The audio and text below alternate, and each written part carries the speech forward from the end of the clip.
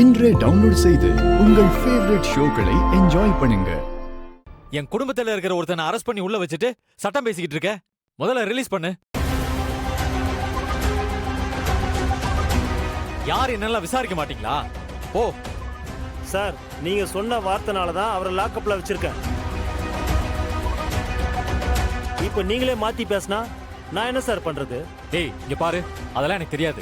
முதல்ல அரெஸ்ட் பண்ண ஆளை ரிலீஸ் பண்ணு. மத்த பிரச்சனையெல்லாம் அப்புறம் பாத்துக்கலாம். கதிர், கொஞ்சம் அமைதியா இரு. இல்லப்பா, அவர் என்ன பேசிட்டு இருக்காரு? நான் பேசிக்கிறேன், நீ கொஞ்ச நேரம் வெளியேறு. இல்லப்பா, போடா, போன்னு சொல்றேன்ல.